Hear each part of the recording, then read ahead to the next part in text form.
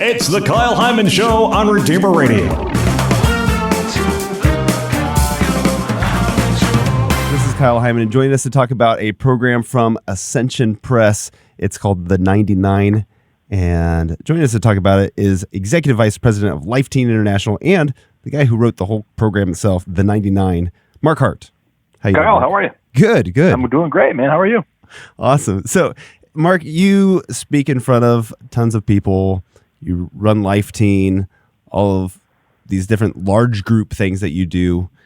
When is the last time you've had like a one-on-one conversation about God with somebody?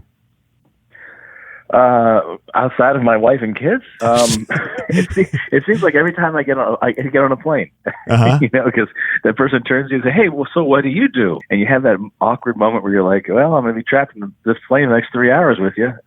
Should I tell you? Because this might really turn you off. I'm not really sure how it's going to go."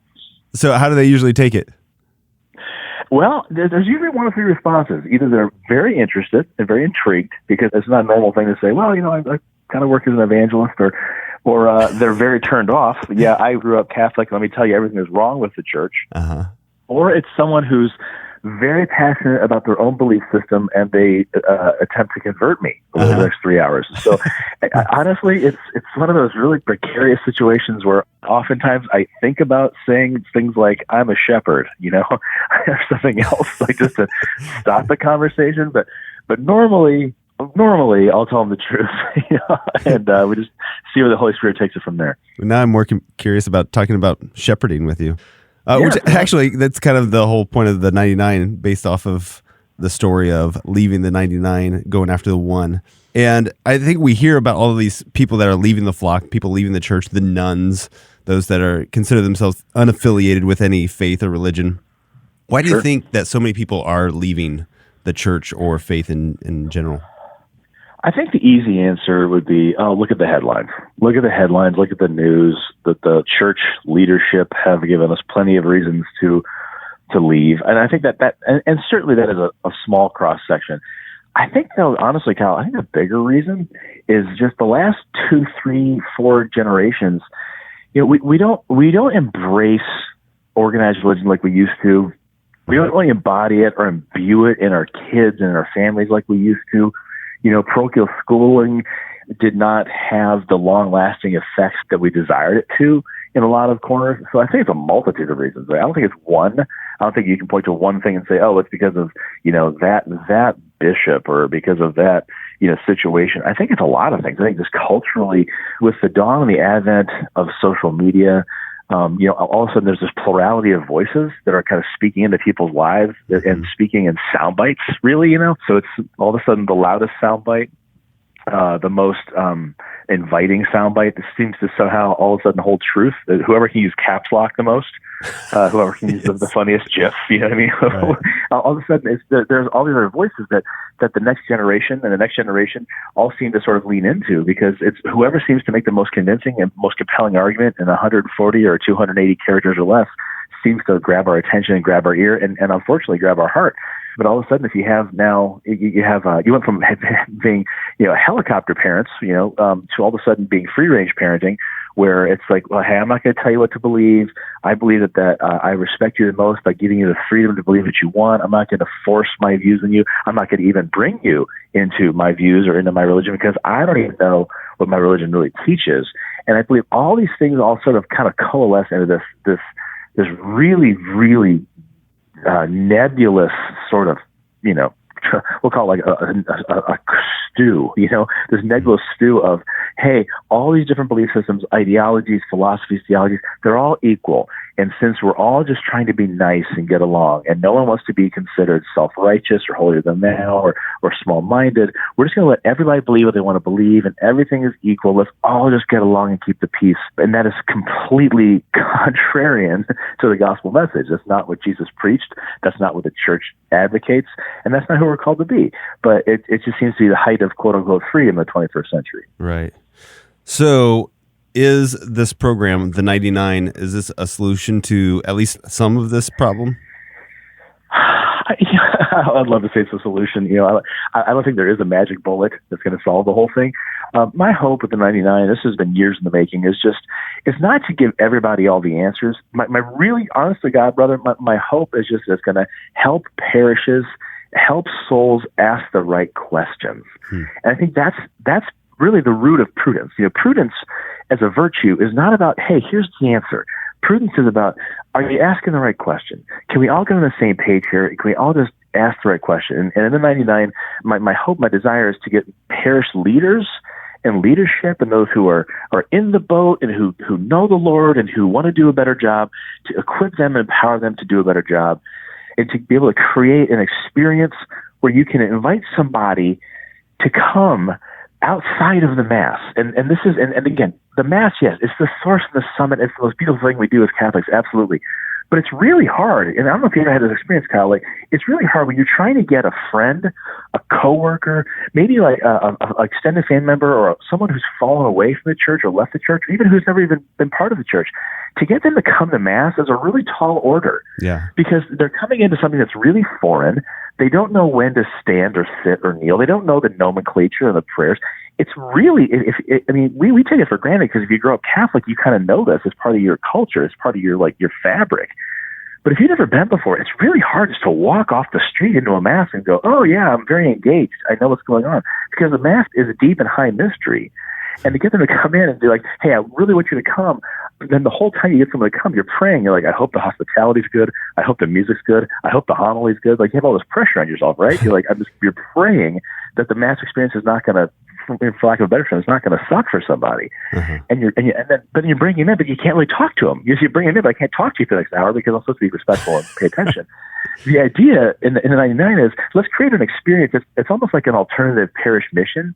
Instead of spending thousands and thousands of dollars to spend, so you have some Catholic speaker or Monsignor or somebody come in for 3 days and talk at me for an hour a night, what if we create an experience that a parish can pull off on their own, where the people in the parish are hosting it? There's some beautifully, beautifully shot, well-crafted videos with some amazing evangelists and speakers who are really great at this, delivering this message. You can watch it. You can have some time for interaction, for reflection, for prayer, and to give an experience like that so that you can bring somebody in who is a coworker or a neighbor, and you can invite them in a lower pressure situation where they're not having to try and figure out the liturgy.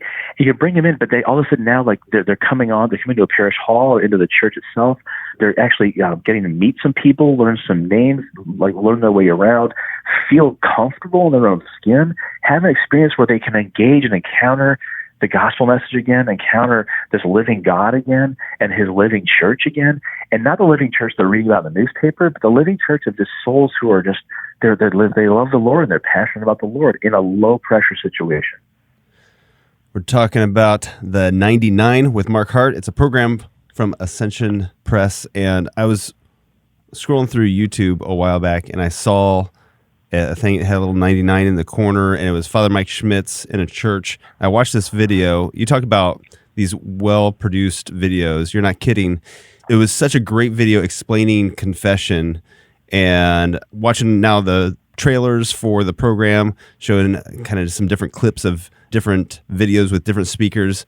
I know it's going to be good. I've seen stuff that Ascension has done in the past, so I know it's going to be quality. But what is some of the content other than confession? What are some of the things that if people bring their friends to this meeting, what kind of things are they going to talk about? Yeah, well, what's great is in the 99 experience, so there's 8 videos spread over 3 sessions. So you can make it like 3 nights in a row. You can make it all these sessions in a 1-day kind of parish retreat. You can split it up a bunch of different ways.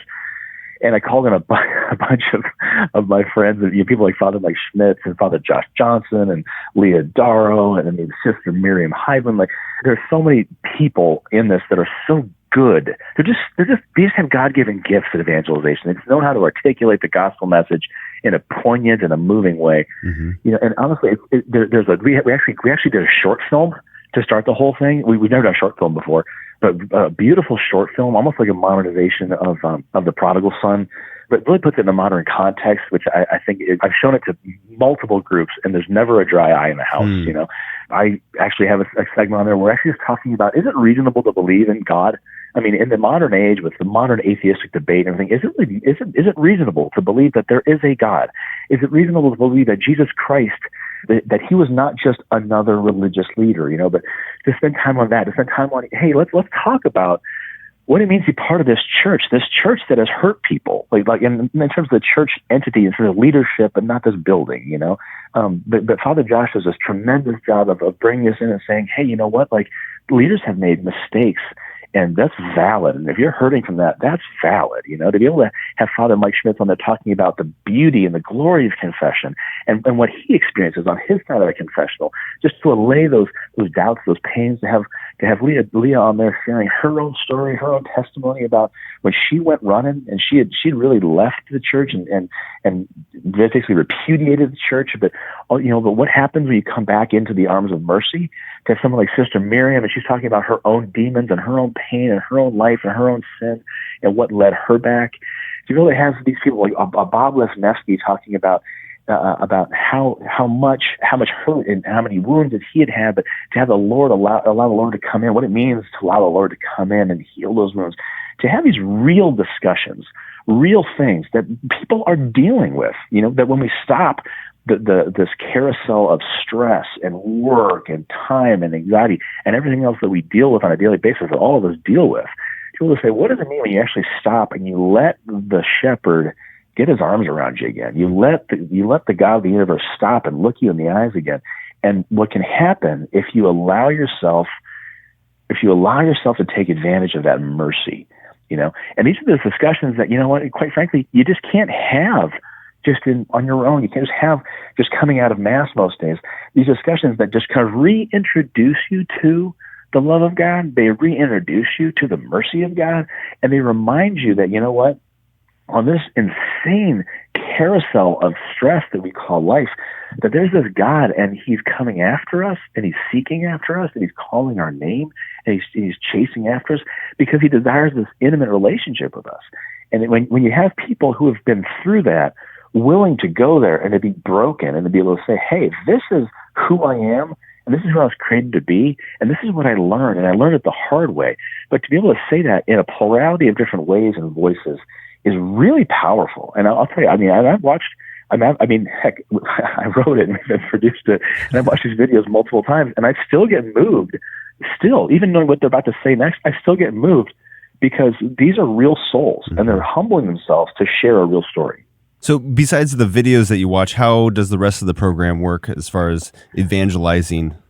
Yeah, no, honestly, I'm actually really excited about it. So there's this whole masterclass component. Masterclasses have really taken off in the last few years. So in the masterclass, you can take people from your parish, right? So before you ever do the experience with the videos and bring people together, you can bring together maybe parish staff, parish leaders, people who are in charge of ministries, volunteers, who are on fire, who come and they serve in the parish. You get all those kinds of leader types in your parish, all those who are just in the boat, they're on board, they love the Lord. You get them together. We have this masterclass component where they can actually sit down together with other leaders, other people within the parish, and we have sessions written out and videos created, and we actually go back through the art of evangelization, the art of invitation. How do you really do it?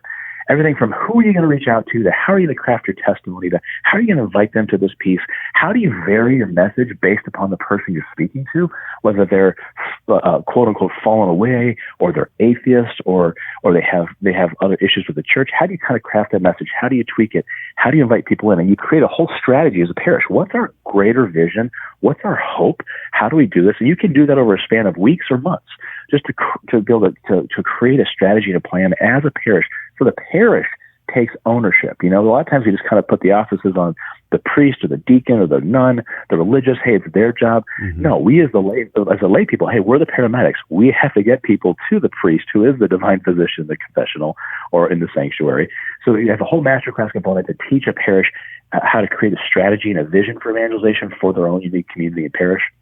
You have the 99 experience, like I said, which usually takes place over 3 nights, kind of takes the place of the parish mission. And then there's a handbook you can actually hand to every single family that comes or extemporaneously beyond the mission itself.